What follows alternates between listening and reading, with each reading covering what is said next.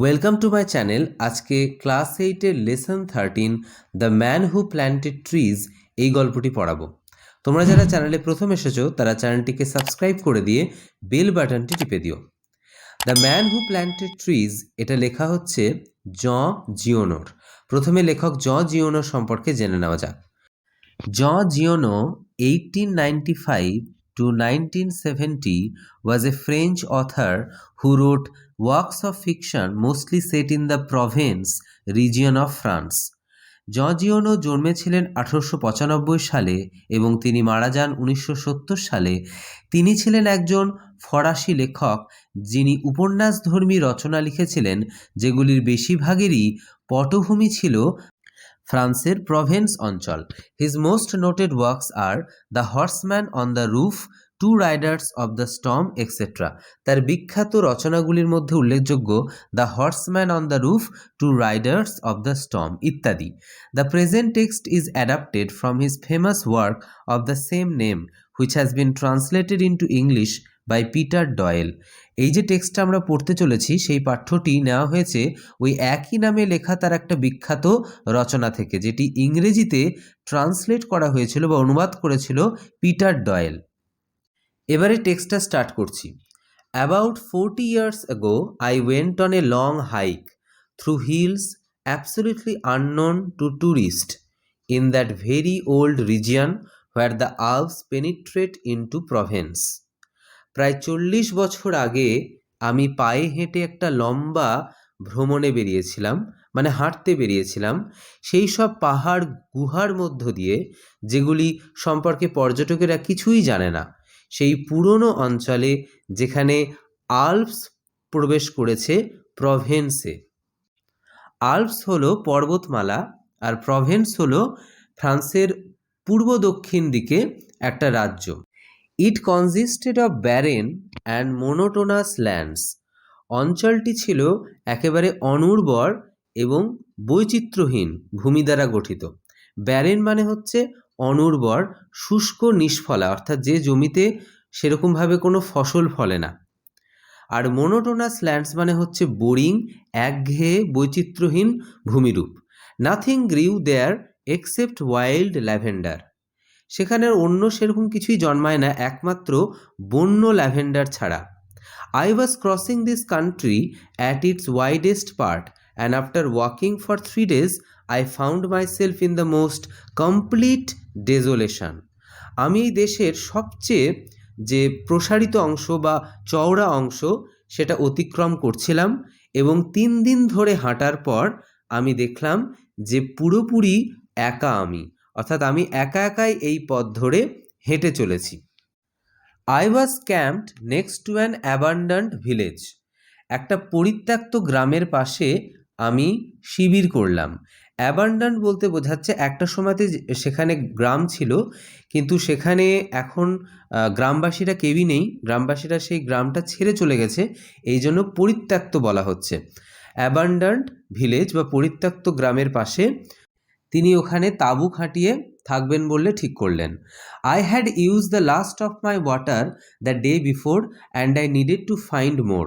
আগের দিনই আমার জলের যেটুকু অবশিষ্ট ছিল সেই শেষটুকুও ব্যবহার করে ফেলেছিলাম এবং আমার আরও জল খুঁজে বের করা প্রয়োজন ছিল। These ruined houses of the village made me think that there must at one time have been a spring or a well there. গ্রামটির সেই ধ্বংসপ্রাপ্ত বাড়িগুলি আমাকে মনে করালো, মানে আমার যেন মনে হলো যে একসময় নিশ্চয়ই ওখানে ঝর্ণা বা কুঁয়ো ছিল। There was indeed a spring but it was dry. বাস্তবে কিন্তু সেখানে একটা সত্যি ঝর্ণা ছিল, কিন্তু সেটা ছিল একেবারে শুকনো। All life had disappeared. জীবনের সমস্ত চিহ্নই মুছে গিয়েছিল। It was a beautiful June day with plenty of sun, but on these shelterless lands, high up in the sky, the wind whistled continually. প্রচুর সূর্যালোকে ভরা, অর্থাৎ রোদে ভরা জুন মাসের সুন্দর দিন ছিল ওটি, কিন্তু এই আশ্রয়হীন ভূমির ওপর উঁচু আকাশে বাতাস ক্রমাগত শীষ দেওয়ার মতো আওয়াজ করছিল। তাহলে সেই আশ্রয়হীন ভূমিরূপের ওপর যখন বাতাস বয়ে যাচ্ছিল উঁচু আকাশ দিয়ে, তখন সেটা মনে হচ্ছিল যেন শীষ দেওয়ার মতো শব্দ। It sound was like that of a wild beast disturbed during its meal. এর শব্দটি ছিল যেন খাবার সময় বিরক্ত হওয়া বন্য পশুর মতো। I had to move my camp. আমার তাঁবুটিকে সরাতে আমি বাধ্য হয়েছিলাম। After 4 hours of walking, I still had not found water, and nothing gave me hope of finding any. 5 ঘন্টা হাঁটার পরেও আমি কোনো জলের সন্ধান পেলাম না, এবং কোনো কিছুই আমাকে কোনো জল খুঁজে পাবার কোনো রকম আশা দিল না। অর্থাৎ তিনি এদিক ওদিক তাকিয়ে বুঝলেন এখানে তিনি আর জল পাবেন না। Everywhere there was the same dryness, the same stiff woody plants. এখানে চারিদিকেই ছিল একই ধরনের শুষ্কতা, ওই একই ধরনের শক্ত কেঠো সব গাছপালা। I thought I saw in the distance the shadow of A figure. আমার মনে হলো যেন দূরে আমি একটা দেহের ছায়া দেখলাম। On a chance I headed towards ইট। কোনো একটা আশায় আমি ওর দিকে যেন এগিয়ে গেলাম। ইট ওয়াজ এ শেফার্ড। এটি ছিল একটা মেষপালক, অর্থাৎ যারা ভেড়া ছাগল এগুলোকে চড়ায় তাদের বলা হয় shepherd. 30 lambs or so were resting near him on the scorching ground. 30টার মতো ওখানে ভেড়া তীব্র দগ্ধ মাঠে, অর্থাৎ প্রচণ্ড সূর্যের রোদে তাপে, সেই তাপের মধ্যে মাঠে তার কাছে বিশ্রাম করছিল। He gave me a drink and a little later he led me to his shepherd's cottage. তিনি আমাকে কিছু পানীয় দিলেন এবং একটু পরে তিনি আমাকে তার কুঠিরে নিয়ে গেলেন। তিনি আমাকে তার বাড়িতে গিয়ে স্যুপ খেতে দিলেন, অর্থাৎ তিনি রান্না করেছিলেন স্যুপ, সেখান থেকে আমাকে কিছুটা ভাগ দিলেন। স্যুপ মানে হচ্ছে তরল একটা খাবার। It had been agreed immediately that I would pass the night there, the closest village being still more than a day and a half further on.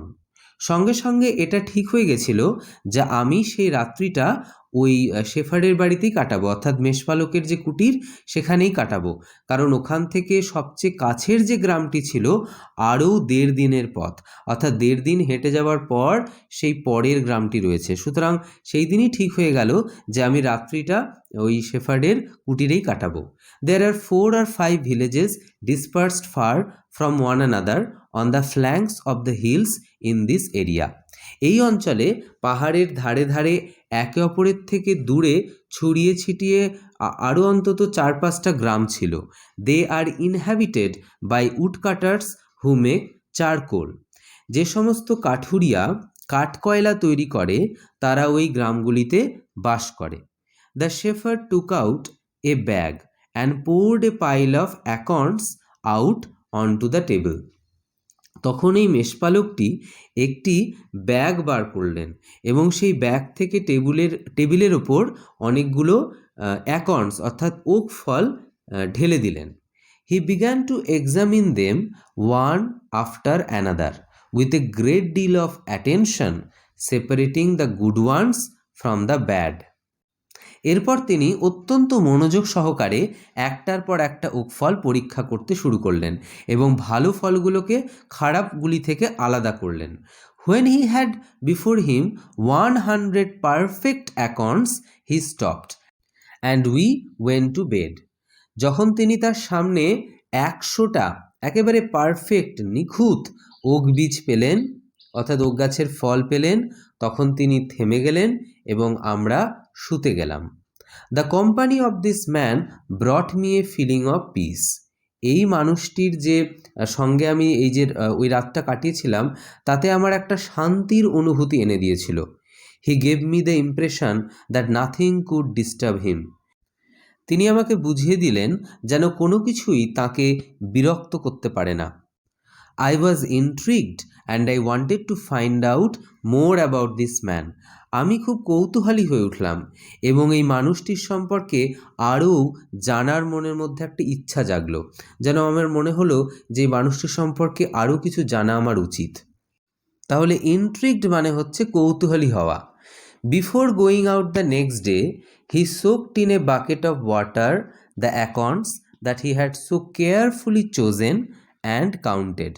পরের দিন বেরোবার আগে তিনি এক বালতি জলে ওই ওক ফলগুলোকে ভালো করে ভিজিয়েছিলেন, যেগুলোকে তিনি অত যত্ন সহকারে বাছাই করেছিলেন এবং প্রত্যেকটাকে গুনেছিলেন। He carried an iron rod too as a walking stick.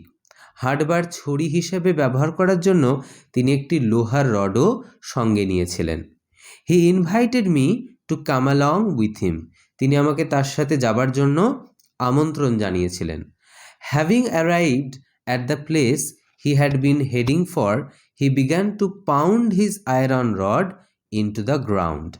তিনি যেখানে যাচ্ছিলেন সেখানে পৌঁছাবার পর তার লোহার রড দিয়ে মাটিতে জোরে জোরে আঘাত করতে লাগলেন। This made a hole in which he placed an acorn and covered over the hole again. তার ফলে মাটিতে একটা গর্ত তৈরি হয়েছিল, যার মধ্যে তিনি একটি ওক ফল রেখেছিলেন এবং সেটিকে আবার মাটি দিয়ে চাপা দিয়ে দিলেন। হি ওয়াজ প্ল্যান্টিং ওক ট্রিজ। তিনি অ্যাকচুয়ালি যেটা করছিলেন, তিনি ওক গাছ রোপণ করছিলেন। In this way he planted his 100 acorns with great care.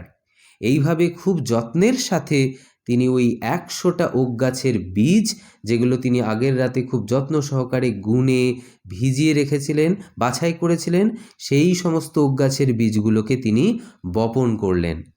He told me that for 3 years now he had been planting trees in this solitary way. তিনি আমাকে বললেন যে 3 বছর ধরে এইভাবেই তিনি একা একা ওই গাছের বীজ রোপণ করে যাচ্ছিলেন। He had planted 100,000. তিনি 1,00,000 বীজ বপন করেছিলেন। Of these 100,000, 20,000 had come up. ওই 1,00,000 বীজের মধ্যে 20,000 বীজ থেকে চারা বেরিয়েছিল। It was at this moment that I began to wonder about his age. ঠিক এই মুহূর্তেই আমি তার বয়সের কথা ভেবে অবাক হতে শুরু করেছিলাম। He was clearly more than 50. তাকে দেখে একদম স্পষ্টই মনে হচ্ছিল তার বয়স 50-এর বেশি। 55 he told me. তিনি আমাকে বললেন তার বয়স 55 বছর।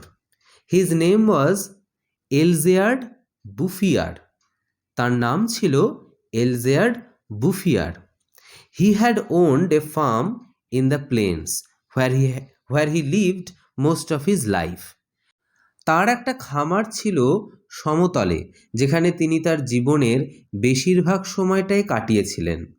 He had lost his only son and then his wife. তিনি তার একমাত্র ছেলেকে হারিয়েছিলেন এবং তারপর তার স্ত্রীকেও তিনি হারিয়েছিলেন, অর্থাৎ তার ছেলে এবং তার স্ত্রী মারা গেছিল। He had retired into this solitude where he took pleasure in living slowly with his flock of sheep and his dog. এই নির্জনতায় তিনি অবসর নিয়েছিলেন, অর্থাৎ তার স্ত্রী এবং ছেলে মারা যাওয়ার পর তিনি এই নির্জন জায়গায় চলে এসেছিলেন। সলিটিউড মানে হচ্ছে একাকিত্ব বা নিঃসঙ্গতা।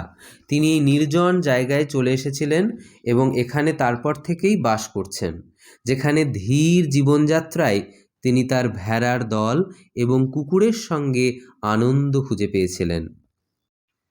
He had concluded that this country was dying for lack of trees. তিনি এই সিদ্ধান্তে এলেন এবং আমাকে বললেন যে এই দেশটা গাছের অভাবে মরে যাচ্ছিল। He added that having nothing more important to do, he had resolved to remedy the situation. তিনি আরও বললেন যে যেহেতু তার এর চেয়ে বেশি গুরুত্বপূর্ণ কিছু করার ছিল না, সেহেতু তিনি ঠিক করলেন যে তিনি এই অবস্থার প্রতিকার করবেন। রেমিডি মানে হচ্ছে প্রতিকার করা, আর রিজলভ মানে হচ্ছে তিনি মনের মধ্যে মনস্থির করেছিলেন বা ঠিক করেছিলেন যে তিনি এই অবস্থার প্রতিকার করেই ছাড়বেন, অর্থাৎ তিনি প্রচুর পরিমাণে গাছ লাগাবেন। We parted the next day. Parted মানে হচ্ছে বিচ্ছিন্ন হওয়া বা আলাদা হওয়া, অর্থাৎ পরের দিন ওই লোকটাকে ছেড়ে বা শেফার্ডকে ছেড়ে তিনি চলে গেছিলেন। সেই জন্য তিনি বলছেন পরের দিন আমরা বিচ্ছিন্ন হয়ে গেছিলাম, মানে আলাদা হয়ে গেছিলাম। The next year the war came in which I was engaged for 5 years। পরের বছর যুদ্ধ শুরু হয়েছিল এবং সেই যুদ্ধতে আমি 5 বছর ধরে ব্যস্ত থাকতে হয়েছিল আমাকে। With the war behind me I had a great desire to breathe a little pure air and I set out again along the trail through that deserted country। যুদ্ধ শেষ হওয়ার পরপরই আমার একটু শুদ্ধ বাতাসে শ্বাস নেওয়ার একটা প্রবল ইচ্ছা মনের মধ্যে জেগে উঠেছিল এবং আমি আবার বেরিয়ে পড়েছিলাম সেই যে পরিত্যক্ত দেশ, সেই পরিত্যক্ত দেশের পথের চিহ্ন ধরে আবার আমি সেই নির্জন, সেই পরিত্যক্ত দেশের দিকে আমি যাত্রা শুরু করলাম। The land had not changed, জায়গাটার কিন্তু কোনো পরিবর্তন হয়নি। Ever since the day before I had been thinking about the shepherd who planted trees. আগের দিন থেকে আমি ভাবছিলাম সেই মেষপালকের কথা যে ওই গাছপালা রোপণ করত। 10,000 oaks, I had said to myself, must really take up a lot of space। 10,000 okay গাছ, আমি নিজে নিজেকেই বলছিলাম যে এই 10,000 ওক গাছ নিশ্চয়ই বেশ অনেকটা জায়গা জুড়ে থাকবে, কারণ অনেক গাছ, তার মানে অনেক জায়গা জুড়ে ওই ওক গাছগুলো থাকবে। When I met Elzéard Bouffier this time, I found that the war had not disturbed him at all। এবার যখন আমি এলজেয়ার্ড বুফিয়ারের সঙ্গে দেখা করলাম, আমি দেখলাম যে যুদ্ধ তাকে কোনোভাবেই বিরক্ত করতে পারেনি। He had continued with his planting। তিনি গাছ রোপণের কাজ তখনও চালিয়ে যাচ্ছিলেন। The oaks of 1910 were now 10 years old and were taller than me and than him। 1910 সালের ওক গাছগুলির এখন 10 বছর বয়স হয়ে গেছে এবং যেগুলি আমার ও তার চেয়েও লম্বা হয়ে গেছিল। The scene was impressive. দৃশ্যটি ছিল খুব চিত্তাকর্ষক এবং খুব বিস্ময়কর, এবং তাই বলছে লেখক যে লেখক ওই দৃশ্য দেখে অবাক হয়ে গেছিল, যেন তিনি মন্ত্রমুগ্ধ হয়ে গেছিলেন। I was actually speechless and we passed the whole day in silence walking through his forest। আমি সত্যি কথা বলতে একেবারে নির্বাক হয়ে গেছিলাম, বাকরুদ্ধ হয়ে গেছিলাম, মানে আমি কথা বলতে পারছিলাম না, এবং সারাটা দিন আমরা তার জঙ্গলের মধ্য দিয়ে হাঁটতে হাঁটতে নিঃশব্দেই কাটিয়েছিলাম। অর্থাৎ লেখক সেই দিন আর কোনো কথাই বলতে পারেনি, তিনি এতটা অভিভূত হয়ে গেছিলেন, মন্ত্রমুগ্ধ হয়ে গেছিলেন সেই দৃশ্যটা দেখে। It was in 3 sections, 11 kilometers long overall, and at its widest point 3 kilometers wide।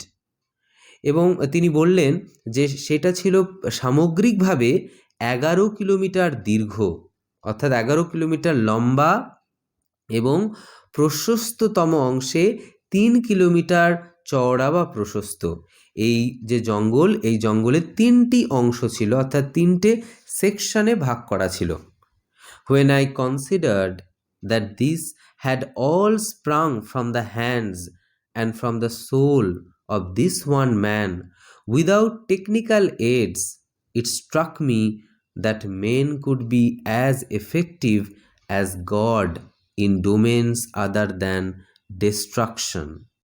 আমি যখন এই বিষয়টি নিয়ে ভাবলাম যে এই যে গাছপালাগুলো, এই ওক গাছগুলো সমস্তগুলোই বেড়ে উঠেছে এই একজন মানুষের হাত এবং তার অন্তর থেকে, কোনো রকম প্রযুক্তির সাহায্য ছাড়া, কোনো রকম মেশিনের সাহায্য ছাড়াই, তখন আমি এই ভেবে বিস্মিত হলাম, মুগ্ধ হলাম যে ধ্বংস ছাড়া অন্য ক্ষেত্রেও মানুষ ঈশ্বরের মতোই সক্রিয় হয়ে উঠতে পারে, প্রভাবশালী হয়ে উঠতে পারে। সেই অঞ্চলে গড়ে ওঠা ওকের বন লেখককে হতবাক করে দেয়। তিনি উপলব্ধি করেন বা বুঝতে পারেন ঈশ্বরের মতো মানুষও হয়ে উঠতে পারে স্রষ্টা। অর্থাৎ ঈশ্বর যেমন সব কিছু সৃষ্টিকর্তা, সেরকম মানুষও কিন্তু চাইলে অনেক কিছুই সৃষ্টি করতে পারে। তাহলে এখানেই শেষ হলো the man who planted trees. ভিডিওটি ভালো লাগলে লাইক করে দিও, বন্ধুদের মধ্যে শেয়ার করে দিও, কমেন্ট করে জানাতে পারো, আর এই চ্যানেলটিকে সাবস্ক্রাইব করে বেল বাটনটি টিপে অল নোটিফিকেশান করে দিও, যাতে এই ধরনের ভিডিও নোটিফিকেশান তোমরা প্রথমেই পেয়ে যাও।